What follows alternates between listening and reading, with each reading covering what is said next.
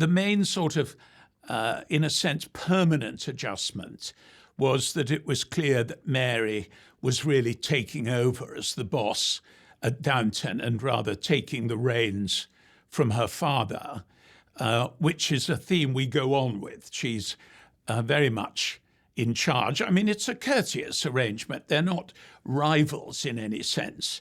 But one of the jobs of being in a hereditary business is to accept that it is hereditary, and there comes a time when your usefulness is diminished and the moment has come to hand on. And I think that we played in the first film and we play in the second. The comedy I like is real-life comedy. And in all our lives, we all know people who are funnier than other people that we know, and they have the gift of making phrases that are funny.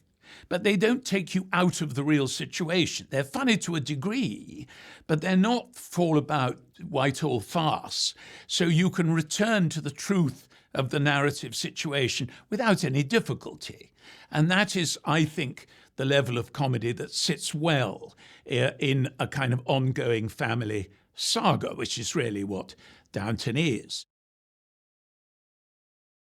I was lucky with Maggie Smith because I'd worked with her before, and the character I wrote that she played in Gosford Park was quite similar to Violet Grantham in Downton.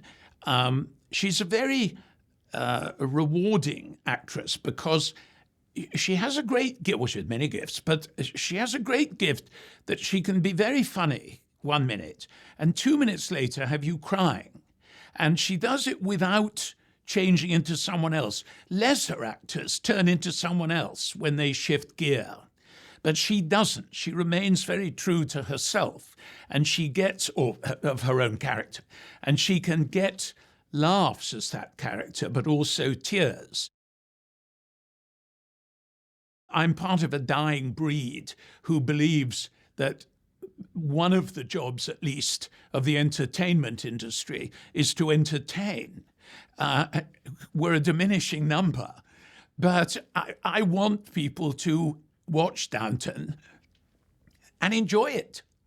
I want them to go to this movie and have a nice time and laugh and cry and go out and have a decent dinner and get back home and feel they've had a good evening. That suits me. That's my goal. And if people say, but is it enough for you just to entertain? The answer is yes.